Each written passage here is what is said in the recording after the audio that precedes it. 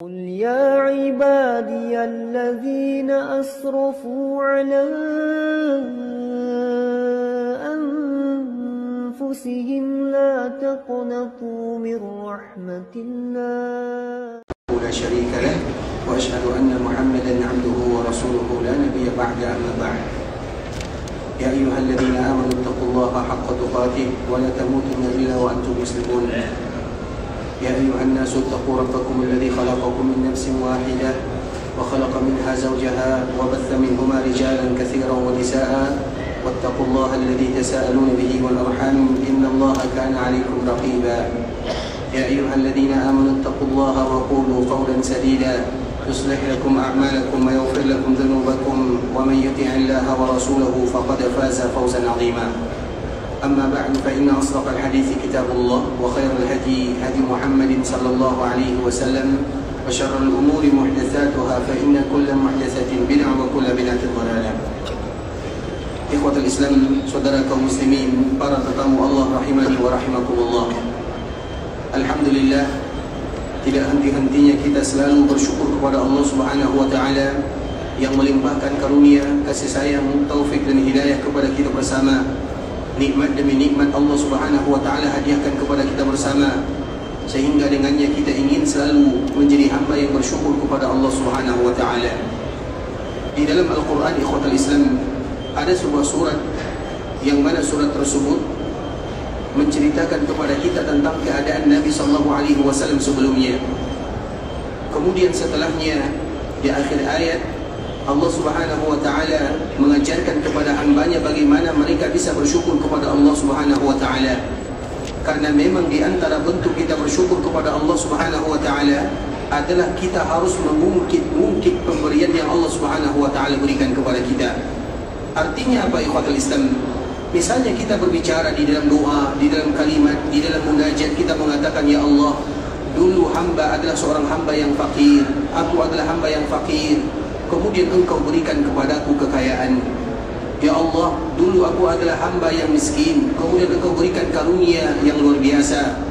Ya Allah, dulu aku tidak pernah datang ke Mekah Madinah, engkau berikan nikmat kepadaku, rezeki bisa datang ke kota Mekah Madinah. Artinya diulang pemberian Allah Subhanahu wa taala tersebut. Apa gunanya? Agar kita selalu bersyukur kepada Allah. Maka dengan itu pula Allah Subhanahu wa taala mengatakan, wa amma bi ni'mati rabbika fahaddits. Adapun cerita atau adapun nikmat yang Allah berikan kepada kalian, ulang, diceritakan kembali, terutama bercerita kepada diri sendiri. Kita sebut, kita ulang agar kita selalu menjadi hamba yang bersyukur kepada Allah Azza wa Jalla. Ayat ini, ikhwatul Islam, adalah ayat yang sangat luar biasa. Mengapa demikian? Karena biasanya apabila kita membaca Al-Quran, ini bagi kita yang selalu mengkhatamkan ayat-ayat Allah Subhanahu wa taala. Misalnya kita membaca Al-Fatihah, kemudian dikala kita pindah kepada Al-Baqarah, maka kita awali dengan Bismillahirrahmanirrahim, Alif Lam Mim, Dzalikal kitabul la raiba fihi hudal lil muttaqin. Kemudian dari Al-Baqarah pindah lagi kepada Ali Imran, begitu juga ceritanya, Bismillahirrahmanirrahim, Alif Lam Mim. Kemudian dari Al-Baqarah, dari Ali Imran kepada An-Nisa sama, dari An-Nisa, kemudian Al-Ma'idah, Al-An'am, kemudian Al-A'raf, Al-Anfal, kemudian At-Taubah, kemudian Yunus, kemudian Hud, kemudian Yusuf, sampai seterusnya. Kemudian apabila kita sampai pada juz 30, begitu juga dari An-Naba ke An-Nazi'at, berpindah dari satu surat ke surat yang berikutnya, Bismillahirrahmanirrahim, baca surat berikutnya. Nah, dikala kita sampai di surat Al-Balad, maka kita pindah kepada surat Asy-Syamsi. Setelah surat Asy-Syamsi, kita baca surat Al-Laili. Setelah surat Al-Laili, apa surat setelah surat Al-Laili? Setelah Al-Laili, apa surat setelahnya? Ad-Duha tadi yang telah kita sebutkan. Nah, ketika kita pindah dari Al-Laili kepada Ad-Duha, di sana ada perbedaannya. Tidak sama dengan pindah dari surat kepada surat yang berikutnya. Dikala kita pindah dari surat Al-Laili kepada surat Ad-Duha, tidak boleh hanya kita, artinya tidak dianjurkan hanya kita membaca Bismillahirrahmanirrahim, Ad-Duha, tidak. Tapi ada hal yang perlu kita ketahui. Ketika kita selesai membaca surah Ad-Duha, kemudian kita mengatakan Allahu Akbar, baru kita mengucapkan Bismillahirrahmanirrahim, Ad-Duha. Begitulah seterusnya. Apa maknanya, ikhwatul Islam? Maknanya berarti ada kekhususan di dalam ayat ini, atau kekhususan di dalam surat ini. Sehingga dikala kita ingin berpindah dari al-laili kepada duha, maka kita mengucapkan dulu Allahu Akbar, baru kita membaca Bismillahirrahmanirrahim. Mengapa demikian? Karena surat ini lama turunnya kepada Nabi SAW. Ketika lama turunnya kepada Nabi SAW, 1 minggu, 2 minggu, hampir masuk minggu yang ketiga, baru turun kepada Nabi SAW. Ternyata dikala ayat ini turun menceritakan tentang Nabi SAW, kemudian di antara ayat yang paling indah adalah bagaimana kita bisa bersyukur kepada Allah Subhanahu wa taala, karena Allah bercerita tentang Nabi. Wahai Nabi, bukankah kamu dulu dalam keadaan yatim? Bukankah dulu dalam keadaan tidak tahu apa-apa? Bukankah kamu dulu tidak punya keluarga? Artinya Nabi SAW, kita lihat siapa yang menjaganya. Ayahnya sudah meninggal, ibunya juga meninggal, disebutkan oleh Allah Subhanahu wa taala. Kemudian di akhir cerita Allah mengatakan, wa amma bi ni'mati rabbika fahaddits. Ingat bagaimana keadaan kita terdahulu. Ingat bagaimana kita dulu, kemudian Allah Subhanahu wa taala berikan karunia. Dengan kita mengingat masa lalu, untuk menganjurkan kepada kita agar selalu bersyukur terhadap nikmat yang Allah Subhanahu wa taala berikan kepada kita bersama. Dan semoga kita bersama senantiasa menjadi hamba yang bersyukur kepada Allah Subhanahu wa taala. Kemudian salat beriringkan salam semoga senantiasa tercurahkan buat junjungan alam Nabi kita yang mulia, uswah dan qudwah kita bersama Muhammad bin Abdullah sallallahu alaihi wasallam, yang mana di antara kewajiban yang selalu kita ucapkan adalah mengucapkan salam dan selawat kepada Rasulullah sallallahu alaihi wasallam. Kemudian di ikhwatul Islam, kami ingin kembali mengingatkan bahawa ibadah selawat merupakan ibadah yang mulia. Dan solawat yang paling mulia adalah solawat yang keluar dari lisan Nabi sallallahu alaihi wasallam. Tidak akan pernah ada solawat yang paling indah kecuali solawat yang keluar dari mulut Nabi sallallahu alaihi wasallam. Terutama sekarang ikhwatul Islam, kita memperhatikan ada solawat ini, ada solawat itu. Apakah pernah kita bertanya mana solawat yang diajarkan oleh baginda Nabi yang mulia sallallahu alaihi wasallam? Karena tidak mungkin ada kalimat yang paling mulia yang keluar kecuali dari lisan Nabi sallallahu alaihi wasallam. Itu merupakan poin penting.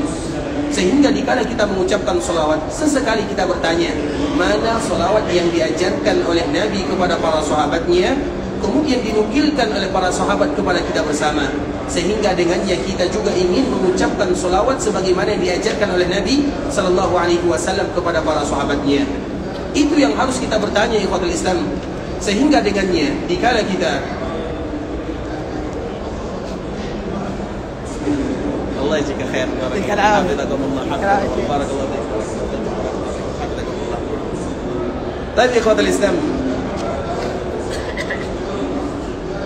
dikala kita ingin mengucapkan selawat kepada Nabi sallallahu alaihi wasallam, kita harus bertanya, mana selawat yang paling mulia? Dan tidak mungkin ada selawat yang paling mulia kecuali selawat yang keluar dari lisan Nabi sallallahu alaihi wasallam. Kenapa demikian ikhwatul Islam? Karena ibadah selawat adalah ibadah yang paling mulia. Kemarin kita menyebutkan ibadah salawat, apabila ada seorang hamba yang mengucapkan 1 salawat kepada Nabi, minimal dia akan mendapatkan 40 pahala atau 40 keutamaan dari 1 salawat tersebut. Sebagaimana dijelaskan oleh Imam Ibnu Qayyim dalam kitabnya Jala'ul Afham fi Fadlis Salati ala Khairil Anam. Kemudian ikhwatul Islam, tentu salawat yang paling mulia, salawat yang Nabi ajarkan, yang keluar dari mulut Nabi sallallahu alaihi wasallam. Mengapa kita mengatakan yang demikian? Karena para sahabat mereka bertanya kepada Nabi, "Fa kaifa nusalli alaihi?" Ya Rasulullah, bagaimana kami mengucapkan salam? Bagaimana kami mengucapkan salawat kepadamu? Para sahabat mereka tidak bertanya, bagaimana kami mengucapkan salam? Karena salam itu sesuatu yang semua orang tahu. Salam itu sama mulai dari zaman Nabi Adam sampai umat terakhir. Apabila agamanya adalah agama samawi, maka salamnya sama, Assalamualaikum semuanya. Mengapa demikian? Karena dulu ketika Allah menciptakan Nabi Adam berjumpa dengan para malaikat, maka Allah mengatakan, wahai Adam, berjumpalah kamu dengan rombongan malaikat tersebut. Kemudian ucapkan salam kepada mereka dan dengarkan jawabannya. Maka Nabi Adam mengatakan, Assalamualaikum. Maka para malaikat mengatakan, Waalaikumsalam warahmatullah. Kemudian Allah mengatakan, ini adalah tahiyatmu dan tahiyat anak cucumu. Artinya kalau masalah salam, semua kita tahu. Sehingga para sahabat juga tahu bagaimana cara mengucapkan salam kepada Nabi. Kalau kita berziarah ke kuburan Nabi, kemudian kita ingin mengucapkan salam, mudah saja. Sama dengan kita mengucapkan salam kepada saudara kita. Kalau kita mengucapkan salam kepada saudara kita, kita mengucapkan Assalamualaikum warahmatullah. Kalau kita ingin mengucapkan salam kepada Nabi, Assalamu alayka ya Rasulullah. Bahkan di dalam salat kita mengucapkan Assalamu alayka ya ayyuhan Nabi. Artinya salam itu semuanya sama. Tapi kalau salawat, maka disitulah para sahabat mereka bertanya, fa kaifa nusalli alaik? Ya Rasulullah, bagaimana kami bersalawat kepadamu? Para sahabat ini bertanya, ada dua kemungkinan. Kemungkinan yang pertama, mereka betul-betul tidak tahu bagaimana mengucapkan salawat kepada Nabi. Makanya dengannya itu mereka bertanya kepada Nabi. Kemudian kemungkinan yang kedua, para sahabat tahu mengucapkan salawat kepada Nabi, tapi mereka menginginkan salawat yang keluar dari lisan Nabi SAW. Padahal sahabat itu adalah orang Arab, mereka bangsa Arab, mereka orang yang paling fasih di dalam bahasa Arab. Kalau merangkai kata-kata mereka yang paling bagus, tapi mereka tetap bertanya kepada Nabi, bagaimana kami mengucapkan salawat kepadamu? Di saat itulah Nabi mengatakan, yang pertama, Nabi SAW mengatakan di dalam hadis yang dikeluarkan oleh Imam Bukhari dan Imam Muslim dari sahabat Ka'ab bin Ujrah radhiyallahu ta'ala anhu, bagaimana kami bersalawat kepadamu ya Rasulullah? Maka Nabi mengatakan, qulu, katakanlah, Allahumma salli ala Muhammad wa ala ali Muhammad kama sallaita ala Ibrahim wa ala ali Ibrahim innaka Hamidum Majid. Allahumma barik ala Muhammad wa ala ali Muhammad kama barakta ala Ibrahim wa ala ali Ibrahim innaka Hamidum Majid. Itu lafaz yang pertama, tanpa ada ditambah, tanpa ada dikurangi. Kemudian yang kedua, lafaz dari Abu Humaid atau Abu Sa'id Al-Khudri. Nabi mengajarkan kepadanya dikala dia bertanya, ya Rasulullah, bagaimana kami bersolawat? Apa kata Nabi? Katakanlah, Allahumma salli ala Muhammad abduka wa rasuluk kama sallaita ala Ibrahim wa barik ala Muhammad wa ala ali Muhammad kama barakta ala Ibrahim innaka Hamidum Majid. Kemudian yang ketiga, dari sahabat Abu Humaid As-Sa'idi radhiyallahu ta'ala anhu, pertanyaannya masih sama, bagaimana kami mengucapkan salawat ya Rasulullah? Maka Nabi mengatakan, katakanlah, Allahumma salli ala Muhammad wa azwajihi wa dhurriyyatihi kama sallaita ala Ibrahim wa barik ala Muhammad wa azwajihi wa dhurriyyatihi kama barakta ala Ibrahim. Kemudian yang keempat, dari sahabat Abu Mas'ud Al-Ansari radhiyallahu ta'ala anhu, pertanyaannya masih sama, bagaimana kami mengucapkan salawat ya Rasulullah? Maka Nabi mengatakan, katakanlah, Allahumma salli ala Muhammad wa ala ali Muhammad kama sallaita ala Ibrahim wa barik ala Muhammad wa ala ali Muhammad kama barakta ala ali Ibrahim fil alamin innaka Hamidum Majid. Kemudian yang kelima, dari Amr bin Hizam, dari sahabat Nabi radhiyallahu ta'ala anhu, pertanyaannya masih sama, dan jawaban Nabi, kalau kalian ingin bersalawat, ucapkanlah Allahumma salli ala Muhammad wa ala ahli baitihi wa ala azwajihi wa dhurriyyatihi kama sallaita ala Ibrahim wa ala ali Ibrahim innaka Hamidum Majid. Allahumma barik ala Muhammad wa ala ahli baitihi wa ala azwajihi wa dhurriyyatihi kama sallaita kama barakta ala Ibrahim wa ala ali Ibrahim innaka Hamidum Majid. Itu merupakan di antara lafaz yang diajarkan oleh Nabi SAW ketika kita mengucapkan salawat kepadanya. Ada yang hafal? Ada yang hafal tata cara bersalawat kepada Nabi SAW? Artinya boleh kita pilih salah satunya, dan kita berusaha, dan kita selalu berusaha ikhwatul Islam. Salawat itu adalah ibadah yang terindah, dan akan semakin indah apabila salawat itu sama persis dengan salawat yang keluar dari lisan Nabi sallallahu alaihi wasallam. Ikhwatul Islam, saudara kaum muslimin, para tetamu Allah rahimani wa rahimakumullah, kita akan kembali melanjutkan pembahasan kita pada pertemuan kali ini, masih melanjutkan dengan pembahasan kita yang sebelumnya, yaitu berkaitan dengan kota Madinah dan Rasulullah sallallahu alaihi wasallam. Kita selalu mengatakan ikhwatul Islam, antara kota Madinah dengan Nabi sallallahu alaihi wasallam adalah dua hal yang terpisah, yang tidak terpisahkan. Bahkan sebelum Nabi sallallahu alaihi wasallam datang ke kota Madinah, Madinah itu sudah ada hubungannya dengan Nabi sallallahu alaihi wasallam dan juga dengan keluarga Nabi sallallahu alaihi wasallam. Makanya ayah Nabi SAW bernama Abdullah. Di mana Abdullah meninggal? Di kota Madinah. Kemudian dikala dia meninggal di kota Madinah, dia juga dikuburkan di kota Madinah. Sehingga dulunya Nabi SAW datang ke kota Madinah bersama ibunya Aminah untuk mengunjungi ayahnya. dan tidak mungkin ayahnya meninggal di kota Madinah kecuali pasti ada keluarganya di sana. Apakah mungkin Abdullah datang ke kota Madinah, tiba-tiba dia datang begitu saja, kemudian dia sakit di kota Madinah? Siapa yang akan merawatnya? Siapa yang akan menjaganya? Artinya ikhwatul Islam, berarti Abdullah atau ayahnya Nabi SAW ada hubungan dengan kota Madinah. Makanya ikhwatul Islam, ada kakek Nabi SAW yang bernama Hashim. Dari itu pula lah Nabi SAW disebut dengan Bani Hashim, keturunannya Bani Hashim. Jadi kakek Nabi SAW namanya Hashim. Hashim ini ikhwatul Islam berasal dari Mekah, dia suku Quraisy. Kemudian dia pergi ke kota Madinah. Ketika dia pergi ke kota Madinah, maka dia singgah di sana. Dan bukan hanya sekedar singgah saja, tapi dia juga menikah dengan penduduk Madinah. Kemudian dikala dia menikah dengan penduduk Madinah, maka lahirlah salah seorang putra yang bernama Syaibah, atau dalam riwayat yang lain namanya adalah Amir. Syaibah atau Amir. Kemudian dia pun pergi melakukan perdagangan. Dikala dia berdagang, maka dia pun wafat di sana. Sedangkan putranya yang bernama Syaibah atau Amir, dia tetap berada di kota Madinah. Berarti anaknya bernama Syaibah bin Hashim. Hashim itu berasal dari Mekah, sedangkan anaknya lahir di Madinah. Kemudian ikhwatul Islam, Hashim ini dia punya saudara namanya Muttalib. Dia punya saudara namanya Muttalib.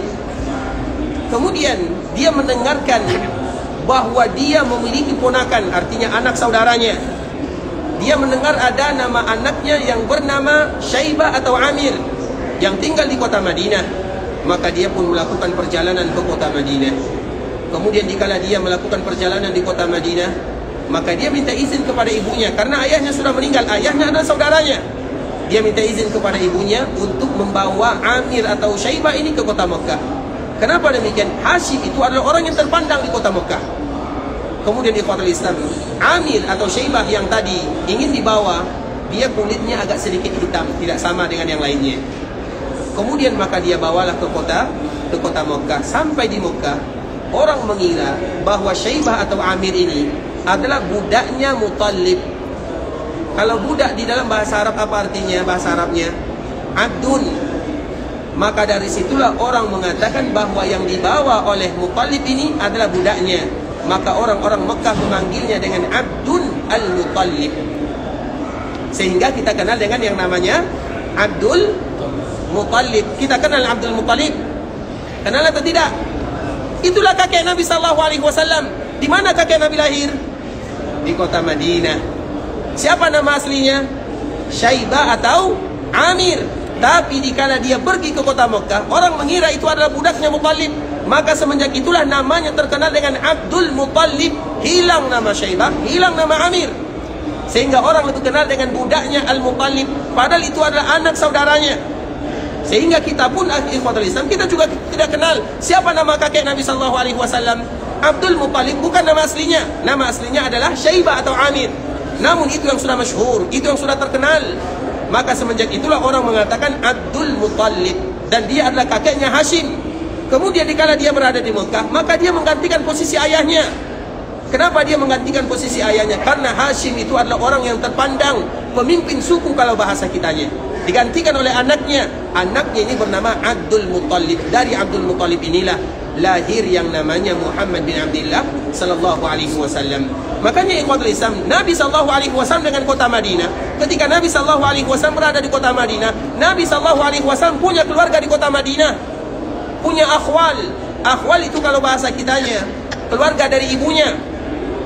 Sehingga dikala Nabi sallallahu alaihi wasallam datang ke kota Madinah, bukan sembarangan dipilih oleh Allah Subhanahu wa taala, sudah ada jalur nasabnya di sana. Ketika Nabi berada di kota Madinah, ada keluarga Nabi sallallahu alaihi wasallam terutama dari kabilah Bani Najjar.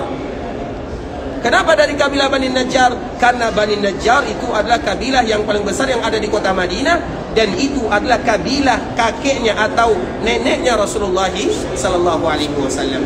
Artinya ikhwatul Islam, Nabi sallallahu alaihi wasallam dengan kota Madinah itu dua hal yang tidak bisa dipisahkan. Karena memang keluarga Nabi sallallahu alaihi wasallam pernah berada di kota Madinah dan ada di kota Madinah dari jalur ibunya. Kemudian Nabi SAW juga pernah tinggal di kota Madinah sebulan lamanya, sebagaimana yang sebelumnya kita sebutkan ketika Nabi datang ke kota Madinah bersama ibunya Aminah, dan dia tinggal di dalamnya selama 1 bulan.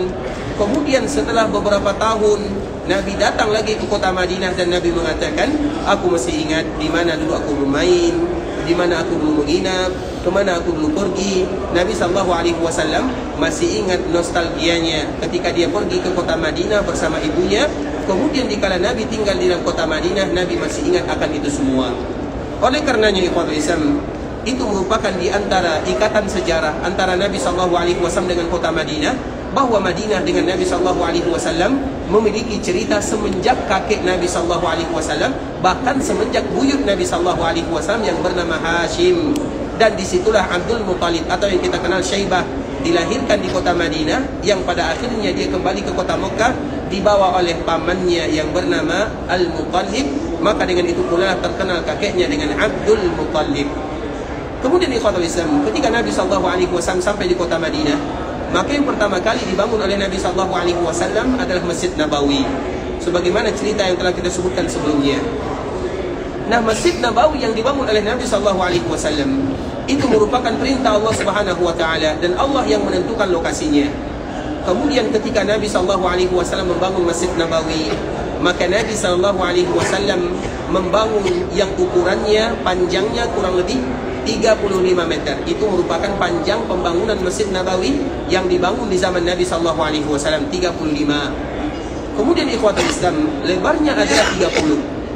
Itu merupakan panjang dan lebar Masjid Nabawi yang dibangun oleh Nabi SAW dan para sahabatnya dari kalangan Muhajirin dan juga dari kalangan Ansar. Kemudian awal pembangunan kota Madinah atau Masjid Nabawi ikhwatul Islam, maka di sana ada 3 pintu. Yang pertama, pintu yang ada di kanannya, di kanan kita sekarang. Makanya kalau kita keluar dari pintu ini, kemudian kita melihat ke arah kiri, maka di sana disebut dengan pintu Atikah atau Babur Rahmah. Sampai sekarang masih dinamakan dengan Babur Rahmah, karena memang dulu dibangun pintunya di zaman Nabi SAW. Kemudian yang kedua, ada namanya Bab Jibril. Kenapa disebut dengan Bab Jibril? Karena memang setiap kali Nabi SAW bertemu dengan Jibril, atau Jibril ingin menyampaikan wahyu, atau ingin berjumpa dengan Nabi SAW, maka Jibril selalu bertemu dengan Nabi di tempat tertentu. Maka sampai sekarang disebut dengan Babu Jibril. Dan itu tidak jauh dari rumah Nabi SAW. Dan rumah Nabi ikhwatul Islam, kemarin kita menyebutkan, ketika Masjid Nabawi dibangun, kiblatnya itu ke sana, Baitul Maqdis. Kemudian setelahnya baru menuju Ka'bah Al-Musharrafah setelah 16 bulan atau 17 bulan lamanya. Kemudian kita lihat ketika Nabi SAW membangun Masjid Nabawi, pintu Atikah atau Babur Rahmah di sini. Kemudian bagian depannya ke sana, sehingga Nabi membangun rumah di bagian belakang Masjid Nabawi. Jadi pertama kali Nabi membangun rumah itu di bagian belakang. Kemudian ketika kiblat berputar 180 derajat, yang tadinya dari Baitul Maqdis menuju Ka'bah Al-Musharrafah, rumah yang tadi berada di bagian belakang maka berubah menjadi bagian depan kiri rumah, depan kiri Masjid Nabawi. Disitulah rumah Nabi SAW. Padahal dulu rumah Nabi itu di bagian belakang, tapi karena kiblat yang berputar, maka rumah Nabi SAW berada di bagian belakang. Dan disitulah namanya Babu Jibril, karena memang Jibril selalu bertemu dengan Nabi SAW di sana.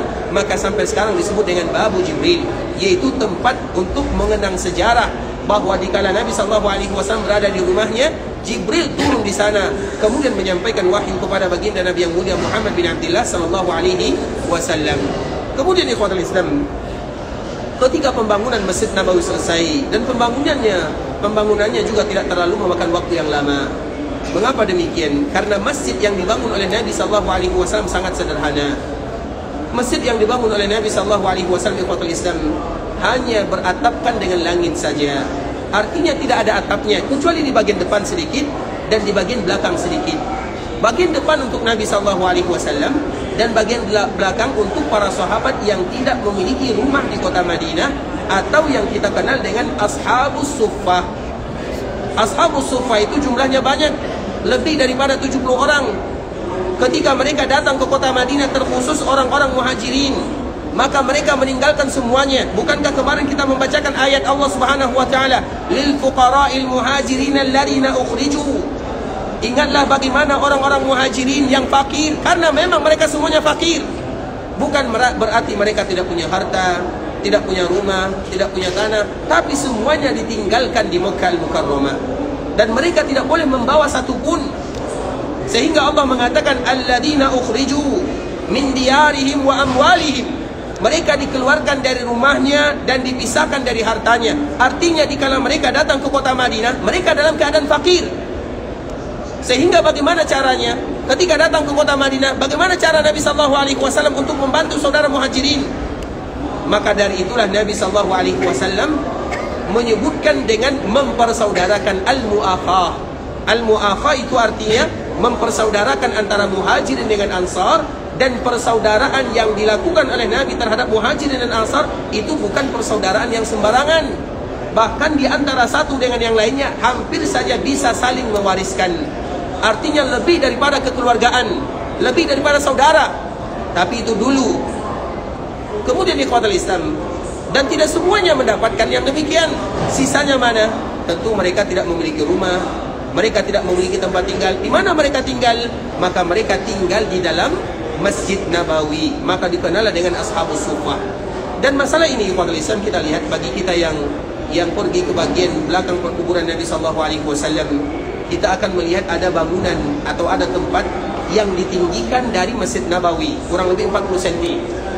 Nah, disitulah ikhwatul Islam ibarat, karena itu sudah diunjurkan ke bagian belakang, itu adalah ibarat tempat orang Ashabus Suffah di zaman terdahulu. Makanya nanti kalau kita pergi tidak terlalu jauh dari perkuburan di belakang perkuburan Nabi SAW, maka ada sebuah tempat yang agak sedikit tinggi dibandingkan dengan yang lainnya. Itu adalah ibarat bagi tempat untuk orang-orang yang dulu tidak memiliki rumah di kota Madinah, atau yang kita kenal dengan Ashabus Suffah. Artinya ikhwatul Islam, Nabi SAW masjidnya sangat sederhana. Atapnya hanya beratapkan dengan langit. Kemudian alasnya atau tikarnya itu hanya bebatuan dan kerikil saja. Makanya Nabi dan para sahabat, mereka tidak pernah salat kecuali dengan menggunakan sendal atau sepatunya.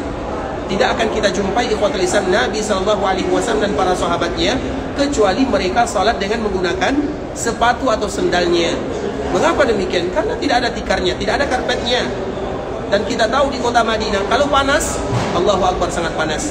Kalau kita ingin mencoba bagaimana panasnya, nanti di siang hari kita keluar dari Masjid Nabawi, buka sendal, jalan di bagian luar untuk mencoba bagaimana panasnya. Artinya ikhwatul Islam, coba bayangkan di zaman Nabi SAW, kerikil, bebatuan, sehingga mereka sholat dengan menggunakan alas kaki, baik itu dengan sepatu ataupun dengan sendal dan yang semisalnya. Maknanya berarti tidak ada karpet di Masjid Nabi SAW kecuali kerikil-kerikil saja. Sehingga Nabi SAW mengatakan, kalau seandainya ada di antara kita yang salat kemudian menempel debu, kerikil dan yang semisalnya di dahinya atau di keningnya, maka jangan mereka bersihkan, biarkan saja. Karena itu bukti dia bersujud karena Allah Subhanahu wa taala. Karena memang itu yang terjadi di zaman Nabi SAW. Kalau musim panas sangat panas, kalau musim dingin sangat dingin. Kalau seandainya hujan, bagaimana Nabi SAW dan para sahabat mereka salat? Tentunya mereka salat dalam keadaan ada airnya. Terlepas daripada itu semua ikhwatul Islam, itu gambaran umum bagaimana bentuk Masjid Rasulullah SAW yang dibangun oleh Nabi. Namun walaupun demikian, Masjid Nabawi memiliki keutamaan yang luar biasa. Terutama dikala yang ada di dalamnya adalah Raudhah min Riyadil Jannah. Walaupun sangat sederhana pembangunan Masjid Nabawi, namun di dalamnya ada taman di antara taman-taman surga. Maka yang kita kenal dengan istilah Raudhatun min Riyadil Jannah, taman di antara taman-taman surga. Sehingga Rasulullah SAW mengatakan dalam hadis yang dikeluarkan oleh Imam Bukhari dari sahabat Abu Hurairah radhiyallahu taala anhu, "Ma baina baiti wa minbari raudhatun min Riyadil Jannah." Di antara rumahku dan mimbarku adalah taman di antara taman-taman surga. Tentunya taman surga ini ikhwatul Islam. Mengapa para ulama atau mengapa Nabi SAW mengatakan itu adalah taman di antara taman-taman surga? Nah, dari hadis yang tadi telah kita sampaikan, maka kita bisa mengambil pelajaran bahwa masjid yang dibangun oleh Nabi SAW bukan semuanya bagian daripada taman di antara taman-taman surga. Kita ulang lagi. Tadi Nabi SAW membangun masjid yang panjangnya 35, lebarnya 30. Tapi untuk taman surga, Nabi SAW memberikan batasan. Apa kata Nabi? Ma baina baiti wa minbari raudhatun min riyadul jannah. Di antara rumahku dan mimbarku adalah taman di antara taman-taman surga. Kalau seandainya masjid yang dibangun oleh Nabi SAW semuanya adalah bagian daripada taman surga, maka tidak ada gunanya Nabi SAW mengatakan hadis ini. Karena hadis ini adalah hadis yang memberikan batasan. Mengapa kita menekankan yang demikian, ikhwatul Islam? Karena sebelumnya ada sebahagian kaum muslimin, mereka mengatakan karena sengaja atau karena tidak tahu atau ada alasan yang lainnya, mereka menyebutkan bahwa taman surga ketika mereka berada di Masjid Ghamamah. Kita tahu Masjid Ghamamah yang ada di bagian kanan Masjid Nabawi. Mereka mengatakan, wahai saudara-saudara kaum muslimin, ketahuilah bahwa raudhah itu tidak seperti yang kita bayangkan. Raudhah itu sempit, yang mana kita tidak bebas masuk ke dalamnya. Maka dia pun mengatakan raudhah yang sesungguhnya, yang tidak diketahui oleh para ulama. Ini kata dia ya, yang tidak diketahui oleh para ulama, bahwa raudhah itu sampai ke Masjid Ghamamah. Artinya dia mengatakan yang demikian, bahwa raudhah itu dari rumah Nabi sampai ke Masjid Ghamamah. Dan tentunya itu, ikhwatul Islam, adalah sesuatu perkataan yang aneh di dalam sejarah kaum muslimin. Raudhah itu hanya sedikit saja, tidak sampai ke Masjid Ghamamah. Raudhah itu hanya sampai di mimbar Nabi SAW saja, sesuai dengan hadis yang telah disebutkan oleh Nabi SAW. Maka Nabi mengatakan, ma baina baiti wa mimbari raudhatun min riyadul jannah. Di antara rumahku dan mimbarku, berarti antara rumah dengan mimbar. Nah, mimbar kita tahu mimbar. Apa makna mimbar? Siapa yang tahu apa arti mimbar? Mimbar itu apa artinya? Kita mungkin mengetahui mimbar, tahu mimbar, tapi apa arti mimbar? Ada yang tahu mimbar itu apa artinya? Mimbar itu, ikhwatul Islam, artinya sesuatu yang tinggi. Mimbar itu artinya sesuatu yang tinggi. Nah, biasanya mimbar yang ada di dalam masjid, apakah letaknya di bagian tengah, atau di bagian ujung, atau di bagian pinggir masjid? Biasanya mimbar itu berada di bagian tengah masjid. Artinya, ikhwatul Islam, Nabi SAW mengatakan, ma baina baiti wa mimbari raudhatun min riyadul jannah. Di antara rumahku dan mimbarku adalah taman di antara taman-taman surga. Artinya bukan masjid semua yang dibangun oleh Nabi SAW itu adalah bagian daripada raudhah. Raudhah itu hanya potongan kecil saja yang telah disebutkan oleh Nabi SAW, yaitu antara rumah Nabi dengan mimbar Nabi SAW. Dan insyaAllah nanti akan kita bahas bagaimana bentuk mimbar Nabi SAW. Terlepas daripada itu semua, ikhwatul Islam, kenapa Nabi SAW menyebutkan dengan taman di antara taman-taman surga? Apa alasannya? Alasan yang pertama, ikhwatul Islam, kenapa taman surga disebut dengan taman surga? Atau mengapa raudhah disebut dengan raudhah? Raudhah disebut dengan raudhah, dan ini merupakan pelajaran bagi kita bersama, ikhwatul Islam, agar kita tahu bagaimana kemuliaan yang Allah Subhanahu wa taala berikan kepada kita yang ada di kota Madinah. Bahwa ada raudhah di kota Madinah, dan kita diizinkan untuk berziarah ke sana, beribadah di dalamnya. Di antara salah satu alasan raudhah disebut dengan raudhah, karena setiap ibadah yang dilakukan oleh kaum muslimin di dalamnya bisa mengantarkan mereka ke dalam surga yang sesungguhnya. Itu adalah di antara permakna yang pertama kenapa raudhah disebut dengan raudhah. Artinya apapun ibadah yang kita lakukan dikala kita berada di raudhah, maka ibadah tersebut bisa mengantarkan kita ke dalam surga yang sesungguhnya. Terbebas daripada ibadah yang kita lakukan. Mau ibadah yang kita lakukan adalah ibadah salat, mau kita baca Quran, mau kita berzikir, mau kita berdoa, bebas. Dikala kita berada di raudhah, maka ibadahnya bebas.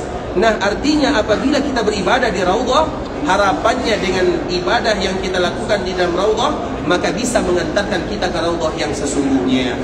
Itu makna yang pertama. Maka wajar kalau seandainya kaum muslimin mereka rela antrian, kalau seandainya mereka tidak datang ke sana, kurang tenang hatinya.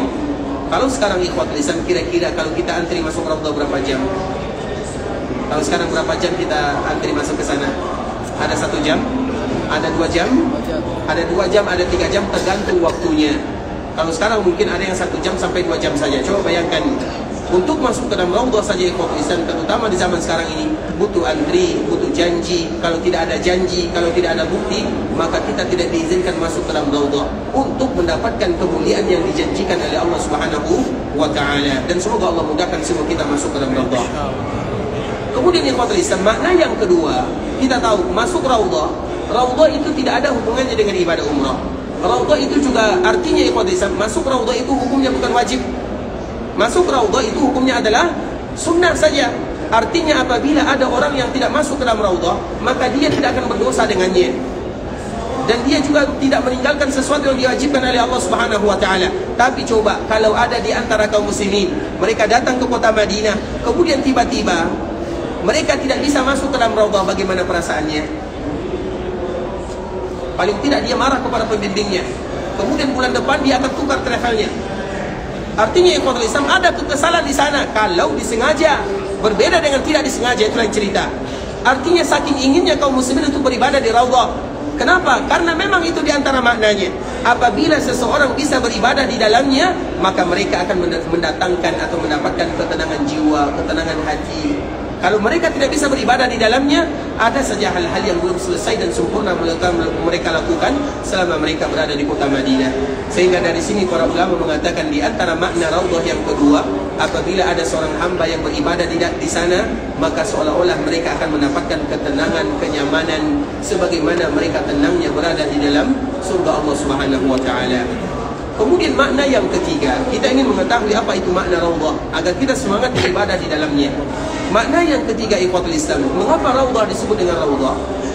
Raudhah itu disebut dengan Raudhah karena betul-betul bagian yang tadi disebutkan oleh Nabi, di antara rumahku dan mimbarku. Makanya tadi kita sebutkan di antara rumah Nabi dan mimbar Nabi. Nah, kalau disebutkan di antara, misalnya ini hadis Nabi, di antara rumahku dan mimbarku adalah taman di antara taman-taman surga. Apakah rumah Nabi SAW masuk ke dalamnya? Apakah mimbar Nabi SAW masuk ke dalamnya? Karena disebut dengan antara, berarti di antara ini tidak masuk di dalamnya. Artinya rumah Nabi tidak masuk. Begitu juga mimbar Nabi SAW tidak masuk ke dalamnya. Sehingga dengannya Nabi mengatakan di antara rumahku, berarti rumah tidak masuk. Dan mimbarku, berarti mimbar juga tidak masuk. Makanya nanti kalau ada di antara kita yang masuk ke Raudhah, lihat mimbar. Mimbar ini bukan mimbar Nabi. Mimbar Nabi tidak ada lagi. Mimbar Nabi SAW sudah hangus terbakar. Karena Masjid Nabawi sering terjadi kebakaran dulu. Mungkin ada 5 atau 6 kali. Sehingga para ulama mengatakan sejarah Nabi terutama atau peninggalan Nabi SAW terutama yang ada di kota Madinah, itu banyak yang terbakar. Salah satunya adalah mimbar Nabi SAW. Mimbar Nabi sekarang tidak ada. Tapi lokasinya, lokasi mimbar sekarang itu adalah lokasi mimbar Nabi SAW. Sehingga nanti ikhwatul Islam, kalau seandainya Allah mudahkan bagi kita berada di Raudhah, maka kita usahakan di antara rumah dengan di antara mimbar, jangan di sebelah mimbarnya, agar kita betul-betul mendapatkan yang namanya taman di antara taman-taman surga. Walaupun terjadi perbedaan para ulama di sana, tapi kita ingin berhati-hati saja agar kita betul-betul memastikan kalau kita berada di taman di antara taman-taman surga, ada tandanya di sana. Kemudian ikhwatul Islam, makna yang ketiga, tanda yang tadi disebutkan oleh Nabi SAW, di antara rumahku dan mimbarku taman di antara taman-taman surga, bahwa kepingan ini dari rumah Nabi sampai ke mimbar Nabi SAW betul-betul diturunkan oleh Allah Subhanahu wa taala dari surga yang sesungguhnya. Artinya itu bagian daripada surga. Sehingga apabila ada seorang yang masuk beribadah di dalamnya, berarti mereka beribadah dalam kepingan atau dalam taman-taman yang betul-betul berasal dari surga Allah Subhanahu wa taala. Maka maknanya antara satu dengan yang lain saling mendukung. Dan ini makna yang ketiga, merupakan di antara kemuliaan yang diberikan oleh Allah Subhanahu wa taala kepada penduduk Madinah. Karena mereka memiliki sesuatu yang diturunkan oleh Allah Subhanahu wa taala dari surga. Sebagaimana Mekah juga memiliki sesuatu yang diturunkan oleh Allah dari surga yang kita kenal dengan Hajar Abyad. Di Mekah ikhwatul Islam kita kenal dengan yang namanya Hajar Abyad. Hajar Abyad itu artinya adalah batu yang berwarna putih. Karena memang hajar ini atau batu ini adalah batu yang Allah Subhanahu wa taala turunkan dari surga yang sesungguhnya. Kemudian warnanya lebih putih daripada salju, maka disebut dengan Hajar Abyad, yaitu batu yang berwarna putih. Namun seiring berlalunya zaman, berlalunya waktu, maka batu ini pada akhirnya berwarna hitam. Dan itu karena kesalahan anak Adam.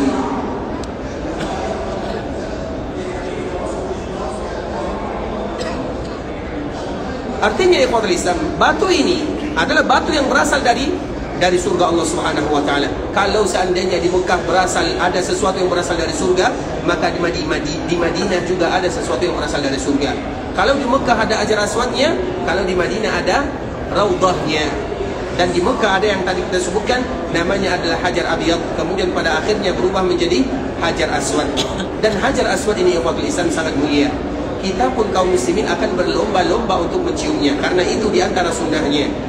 Bagi kita yang bisa menciumnya, maka ciumlah. Kalau kita tidak bisa menciumnya, maka ciumlah sesuatu yang memegangnya. Misalnya kita ingin mencium Hajar Aswad, kemudian kita tidak bisa karena ramai, karena banyak, maka kita hanya bisa memegangnya. Kemudian kita memegang Hajar Aswad, tapi pastikan yang kita pegang Hajar Aswad, bukan kepala kawan. Artinya ya kepada Islam, apabila kita memegang Hajar Aswad, kita tidak bisa menciumnya. Dan itu yang biasa kita lakukan. Kita tidak bisa karena postur tubuh kita kecil, saudara-saudara kita yang lain besar, sehingga dikala kita sampai tinggal satu jengkal lagi, ingin menciumnya, kepala kita ditarik ke belakang. Bukankah itu sering terjadi kepada kita? Pada akhirnya kalau kita tidak bisa menciumnya, paling tidak memegangnya, pegang dengan tangan. Kemudian apabila tangan kita memegang Hajar Aswad, maka di saat itulah kita mencium sesuatu yang bersentuhan dengan Hajar Aswad tersebut. Artinya kalau tangan kita memegang Hajar Aswad, maka tangan kita cium. Kalau seandainya yang memegang Hajar Aswad, misalnya tangan kita tidak sampai, kemudian kita membawa misalnya pensil, misalnya kita bawa pensil, karena tangan kita tidak sampai, pensil kita ini atau pena kita ini menyentuh Hajar Aswad, maka kita cium pena tersebut karena dia bersentuhan dengan Hajar Aswad. Kalau juga tidak bisa, maka kita dengan memberikan isyarat kepadanya. Artinya itu merupakan di antara sunnah bagi mereka yang ingin melaksanakan ibadah haji atau ibadah umrah, terutama pertama kali kita sampai di Mekah, maka sunnah yang pertama adalah mencium Hajar Aswad. Kalau kita tidak bisa menciumnya, mencium sesuatu yang bersentuhan dengan Hajar Aswad. Tangan kita yang memegangnya, maka kita cium tangan. Kalau juga tidak bisa, maka kita memberikan isyarat. Dan memberikan isyarat ini merupakan alternatif yang terakhir. Maka kita lihat dikala kita ingin melaksanakan tawaf, kita mengucapkan Bismillahi Allahu Akbar dengan memberikan isyarat. Apakah kita mencium tangan kita? Tangan kita ini apakah kita cium atau tidak? Kita cium kalau tangan kita memegang Hajar Aswad. Tapi kalau tangan kita tidak memegangnya, maka cukup dengan memberikan isyarat. Artinya ikhwatul Islam, kenapa kita harus melakukan yang demikian? Karena ada hadis yang sangat luar biasa. Apa kata Nabi SAW? Kalau nanti Allah bangkitkan Hajar Aswad, karena Hajar Aswad ini berasal dari surga, dan nanti akan kembali ke surga. Dan Hajar Aswad ini tidak sama dengan Hajar Aswad yang diturunkan. Hajar Aswad yang sekarang itu tinggal sedikit saja. Karena dulu ikhwatul Islam pernah terjadi di Ka'bah sesuatu yang sangat memilukan kaum muslimin. Kurang lebih pada tahun 317 Hijriah, maka ada sebahagian orang yang mengatakan dirinya muslim, tapi mereka membunuh kaum muslimin. Dan yang mereka bunuh itu bukan orang sembarangan. Yang mereka bunuh itu adalah tamunya Allah yang sedang tawaf di Ka'bah Musyarrafah. Kemudian banyak orang yang meninggal di sana. Hajar Aswadnya diambil, kemudian dibawa ke kampung halamannya. Jadi Ka'bah itu tidak pernah ada Hajar Aswadnya, atau pernah Ka'bah tidak memiliki Hajar Aswad 20 tahun lamanya. Dan kita tahu Hajar Aswad dengan Ka'bah dua hal yang berjodoh. Apabila ada yang memisahkannya, maka tanggung akibatnya. Sehingga dikala orang ini mereka mengambil Hajar Aswad, mereka merasakan sakit yang luar biasa. Dan mereka tidak tahu kenapa mereka sakit. Baru 20 tahun mereka sadar, ternyata yang membuat mereka sakit karena mereka memisahkan dua hal yang berjodoh, yaitu Hajar Aswad yang mereka bawa setelah mereka pecahkan. Makanya Hajar Aswad itu besar, bukan kecil sebagaimana kita saksikan sekarang. Makanya sekarang terutama orang-orang yang ada di sini, karena kecilnya Hajar Aswad, mereka betul-betul menjaganya dengan baik-baik, tidak boleh dirusak. Atau artinya kalau ada yang rusak maka diperbaiki karena tinggal sedikit. Kemudian ikhwatul Islam, di antara salah satu keutamaan Hajar Aswad, Hajar Aswad itu berasal dari surga dan akan kembali ke surga. Ketika Allah kembalikan Hajar Aswad ini ke tempat asal mulanya, maka nanti Allah berikan kepadanya mata dan telinga. Jadi nanti di surga Hajar Aswad punya mata, punya telinga. Apa gunanya? Apa tugasnya? Karena dia akan bersaksi di hadapan Allah untuk mereka yang menciumnya. Ya Allah, fulan bin fulan dia menciumku. Ya Allah, fulan bin fulan dia menyentuhku. Makanya wajar kalau seandainya kita melihat kaum muslimin, mereka berbondong-bondong untuk mencium Hajar Aswad, agar nanti Hajar Aswad bersaksi di hadapan Allah Subhanahu wa ta'ala. Kalau Hajar Aswad yang bersaksi, ikhwatul Islam, maka ketahuilah itu adalah pertanda seorang hamba akan diberikan kemudahan dikala berjumpa dengan Allah Subhanahu wa ta'ala. Nah, artinya kalau seandainya Hajar Aswad dimiliki oleh penduduk Makkah, maka Raudhah juga dimiliki oleh penduduk Madinah. Karena kedua tanah ini merupakan tanah yang diharamkan oleh Allah Subhanahu wa ta'ala, dan kemudiannya sama. Makanya yang keempat, ikhwatul Islam, kenapa Raudhah disebut dengan Raudhah? Raudhah yang ketiga maknanya bahwa Raudhah ini diturunkan dari Allah, dari surga oleh Allah Subhanahu wa ta'ala. Dan makna yang keempat, bahwa Raudhah ini walaupun bukan berasal dari surga, namun nanti di akhir zaman atau sebelum terjadi hari kiamat akan dikembalikan oleh Allah Subhanahu wa ta'ala dan dijadikan bagian daripada surga yang sesungguhnya. Coba bayangkan, kita pernah berdiri di atasnya, kita pernah sholat di sana, kita pernah berzikir, kita baca Quran, dan nanti akan dijadikan bagian daripada surga, sehingga seolah-olah seorang hamba mereka beribadah di bagian surga. Makanya wajar kalau seandainya kaum muslimin mereka rela berbondong-bondong untuk masuk ke dalam Raudhah, mereka rela berbondong-bondong untuk mencium Hajar Aswad, karena ada kekhususannya, sesuatu yang berasal dari surga, maka dia pun akan kembali kepada surga. Dan kenapa kita ingin berada di dalamnya atau ingin beribadah sesuai dengan yang disyariatkan oleh Allah Subhanahu wa ta'ala? Karena kita ingin masuk surga bersama mereka, atau paling tidak kita ingin beribadah sampai Allah Subhanahu wa ta'ala masukkan kita ke dalam surga yang sesungguhnya. Maka empat inilah makna kenapa Raudhah disebut dengan Raudhah. InsyaAllah bisa dipahami ya. Baik, siapa yang bisa mengulang kenapa Raudhah disebut dengan Raudhah? Kalau paham, coba tanggung jawab. Saya paham kenapa Raudhah disebut dengan Raudhah. Ada 4 alasannya. Siapa yang bisa ulang? Berarti tidak paham. Silakan. Yang pertama,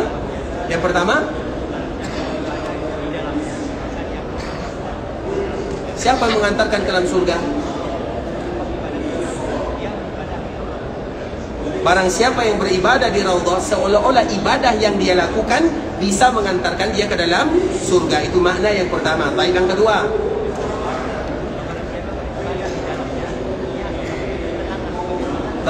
barang siapa yang beribadah di dalamnya, maka dia akan merasa tenang, akan merasa nyaman, sebagaimana tenang dan nyamannya kita ketika berada di dalam surga yang sesungguhnya. Itu makna yang kedua. Baik, makna yang ketiga, Raudhah itu betul-betul berasal dari surga Allah Subhanahu wa ta'ala yang diturunkan ke dunia di kota Madinah, sebagaimana Allah menurunkan Hajar Aswad atau Hajar Abyad ke kota Makkah Al-Mukarramah. Itu yang ketiga. Yang keempat,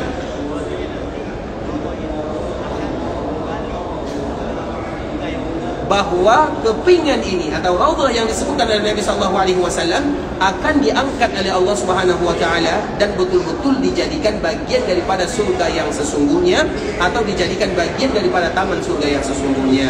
Itulah 4 makna yang bisa kita ambil kenapa Raudhah disebut dengan Raudhah. InsyaAllah jelas semuanya ya. Bisa diulang? Baik, silakan. Bisa di Masya Allah, syukur barakallahu fiik. Baik, ikhwatul Islam. Kemudian Raudhah ini, ikhwatul Islam, sebagaimana hadis Nabi SAW, kita kembalikan lagi kepada hadis Nabi SAW, karena Raudhah ini adalah bagian daripada Masjid Nabawi, dan bukan semua Masjid Nabawi adalah bagian daripada Raudhah. Raudhah adalah bagian daripada Masjid Nabawi, dan bukan semua Masjid Nabawi bagian daripada Raudhah. Sehingga selalu kita mengatakan, apabila kita berada di Raudhah, maka kita tidak dikhususkan melakukan suatu ibadah tertentu. Iya, kita dianjurkan untuk melakukan salat di sana. Karena apabila kita salat di Raudhah, berarti kita salat di dalam Masjid Nabawi, dan keutamaannya berlipat ganda, artinya ibadahnya sangat luar biasa. Tapi apakah dikhususkan dikala kita berada di Raudhah hanya ibadah salat saja? Tidak. Artinya ikhwatul Islam, bisa jadi dikala kita masuk Raudhah, kemudian kita antrian 1 jam, ada di antara kita yang buang angin. Kalau dia buang angin, apakah dia tetap salat di dalam Raudhah? Berwuduk? Tidak mungkin. Air lupa dibawa. Kalau keluar tidak lagi bisa masuk. Lantas apa yang dia lakukan? Dia tetap ingin masuk. Kemudian jangan paksakan untuk salat. Artinya apa ya, ikhwatul Islam? Kalau kita tidak bisa salat, lakukan ibadah yang lain. sebagaimana tadi yang kita sebutkan, dan itu banyak kejadiannya. Karena antriannya tidak singkat.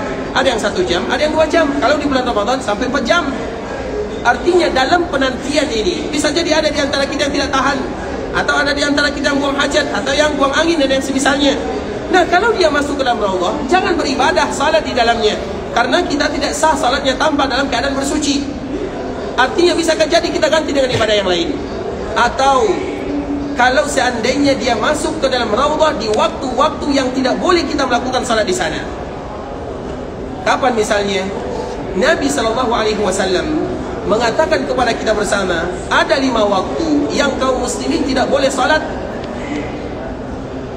Yang pertama, setelah subuh sampai matahari terbit, atau yang kita kenal dengan syuruqa.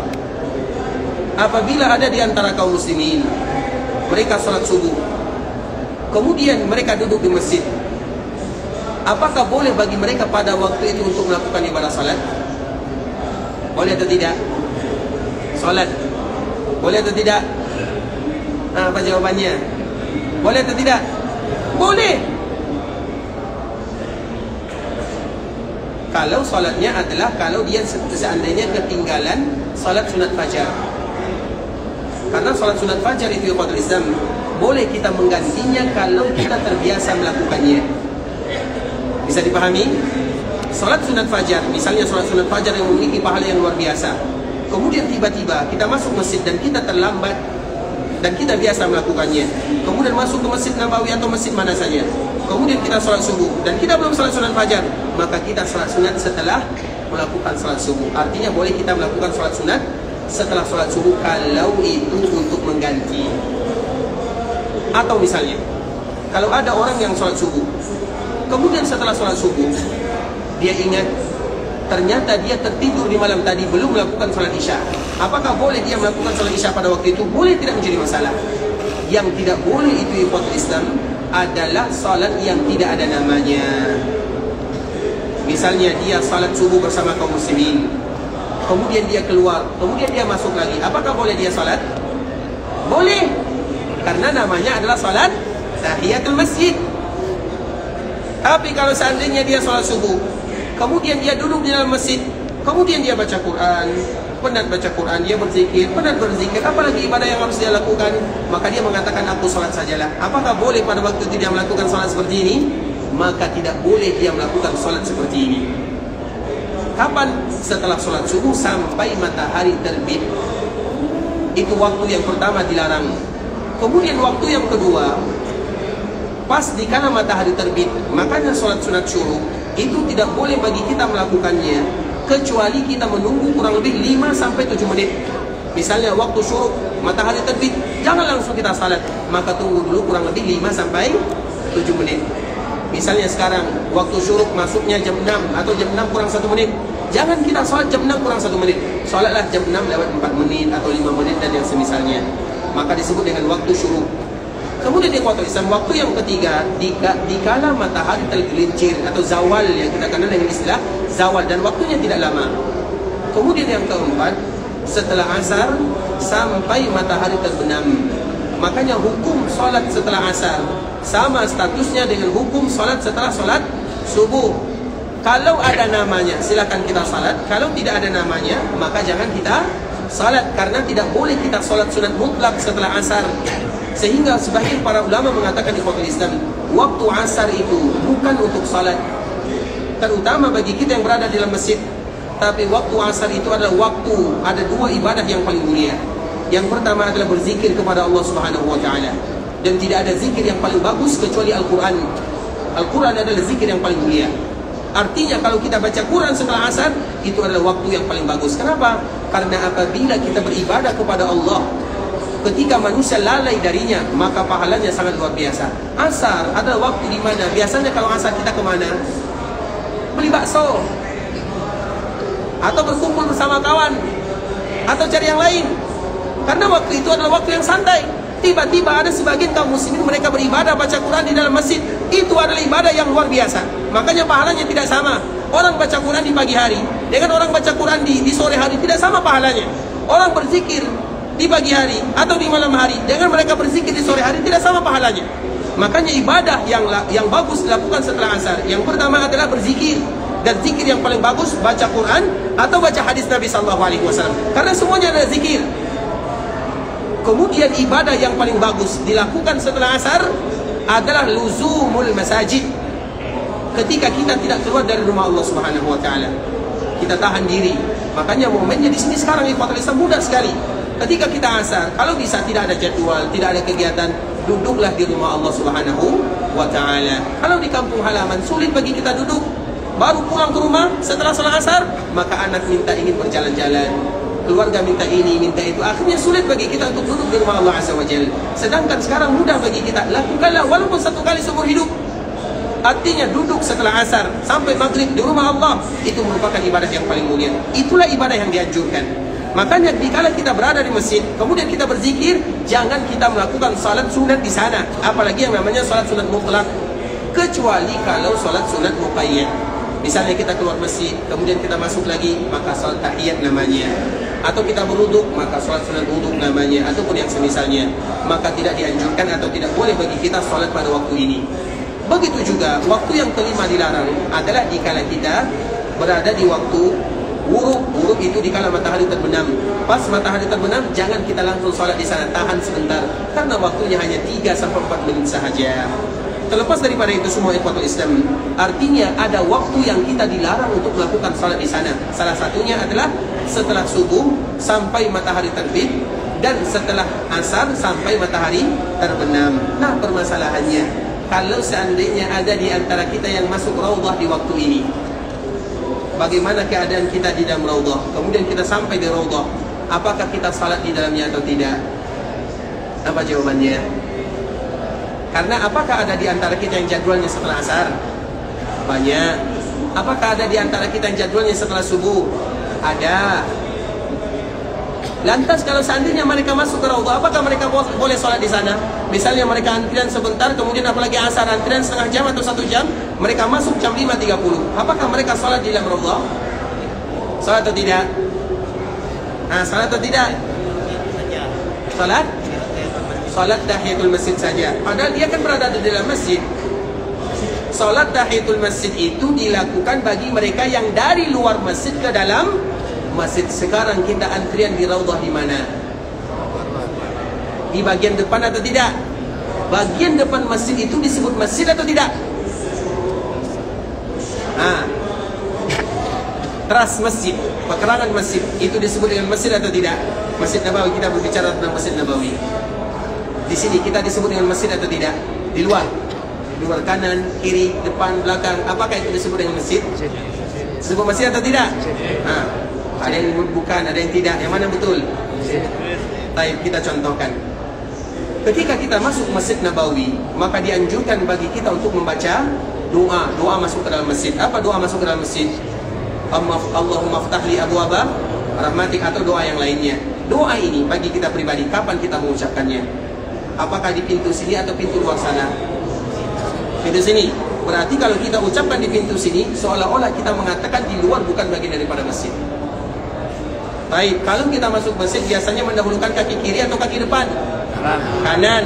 Kita mendahulukan kaki kanan di mana? Di sini atau di sana? Di sana atau di sini? Ada yang di sini, ada yang di sana. Bagi mereka yang mendahulukan kaki kanan di sini, berarti seolah-olah mereka mengatakan yang bagian masjid itu hanya bagian dalam saja. Berarti di luar tidak. Tapi bagi kita yang mengatakan bagian luar juga bagian daripada masjid, berarti doanya kapan dimulai? Di bagian luar. Kaki kanan kapan mulai dilangkahkan? Bagian luar sana. Faktanya, apakah kita melakukan yang demikian atau tidak? Kita tidak tahu kaki apa yang pertama kali masuk ke dalamnya. Kita tidak tahu. Karena memang anggapan kita secara fitrah bahwa yang masjid itu ini. Sehingga dikala kita baca doa, melangkah kaki kanan itu di sini. Berarti seolah-olah kita menganggap yang luar bukan bagian daripada masjid. Berarti yang luar masjid atau tidak? Kalau kita mengatakan itu bukan bagian masjid, siap-siap kita didemo oleh kawan di luar sana. Banyak orang yang sholat di luar. Iya atau tidak? Berarti kita menganggap mereka tidak sholat di bagian Masjid Nabawi. Kalau kita menganggap mereka atau itu bukan bagian Masjid Nabawi, berarti pahala mereka hanya 27 derajat saja. Sedangkan orang yang sholat di dalam Masjid Nabawi, berapa pahalanya? Berapa? Salah. Berapa pahalanya? Salah. Berapa pahalanya? 7.000. Berapa pahalanya? Berapa nak? Masya Allah, silakan nak, silakan. Masya Allah, silakan nak. Masya Allah, barakallahu fiik. Masya Allah, sehat selalu nak ya, Masya Allah. Jadi anak soleh nak ya. Tapi nanti bilang sama abahnya jawabannya salah. Baik. Nah, artinya berapa kita salat pahalanya di dalam Masjid Nabawi? Kalau kita tidak tahu, berarti besok kita sambung. Tadi khatul Islam, saudara kaum muslimin, para tetamu Allah rahimani wa rahimakumullah. Karena waktu kita tinggal beberapa menit lagi, semoga Allah Subhanahu wa taala memberikan manfaat terhadap pemaparan yang telah kita sampaikan, dan kita berharap kepada Allah Subhanahu wa taala semoga Allah ampunkan dosa kita bersama, Allah ampunkan dosa orang tua kita. Kalau ada di antara mereka yang masih hidup, semoga Allah panjangkan umurnya, diberikan kesehatan dalam ketaatan kepada Allah Subhanahu wa taala. Kalau ada di antara mereka yang sudah meninggal, semoga diampunkan dosanya, dilapangkan perkuburannya, dijadikan perkuburannya taman di antara taman-taman surga. Semoga Allah Subhanahu wa taala memberikan keberkahan terhadap keluarga kita, terhadap harta kita, terhadap keturunan kita, dan terhadap seluruh kaum muslimin. Tidak ada di antara kita yang sakit kecuali Allah Subhanahu wa taala berikan kesembuhan. Tidak ada yang susah kecuali Allah Subhanahu wa taala berikan kemudahan. Tidak ada yang berhutang kecuali Allah Subhanahu wa taala lunaskan. Dan tidak ada di antara kita dan saudara kita yang meninggal kecuali Allah Subhanahu wa taala berikan ampunan. Kalau ada di antara kita yang ingin pergi beribadah ke kota Mekah dalam rangka mencari ridha Allah Subhanahu wa taala, semoga Allah menerima semua amal ibadahnya. Allah kabulkan setiap doa dan permintaannya. Allah jadikan ibadah umrahnya adalah ibadah umrah yang mabrurah, ibadah umrah yang makbulah, wa sa'yan mashkura wa dhanban maghfura. Kalau ada di antara kita yang ingin pulang ke kampung halaman, semoga Allah Subhanahu wa taala berikan kemudahan dalam perjalanan, kelancaran dalam urusan, dan semoga Allah kembali memberikan kesempatan untuk bisa beribadah di tanah haram Makkah dan Madinah. Kita tutup dengan doa kafaratul majlis. Subhanakallahumma bihamdika asyhadu an la ilaha illa anta astaghfiruka wa atubu ilaik. Wa sallallahu wa sallim ala nabiyyina wa habibina wa khalilina wa sayyidina Muhammadin wa ala alihi wa sahbihi wa sallama tasliman katsira. Assalamu alaikum warahmatullahi wabarakatuh. Waalaikumsalam.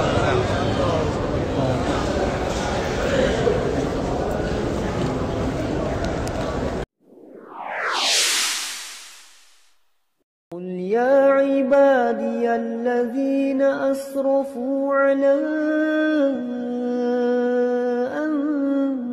أنفسهم لا تقنطوا من رحمة الله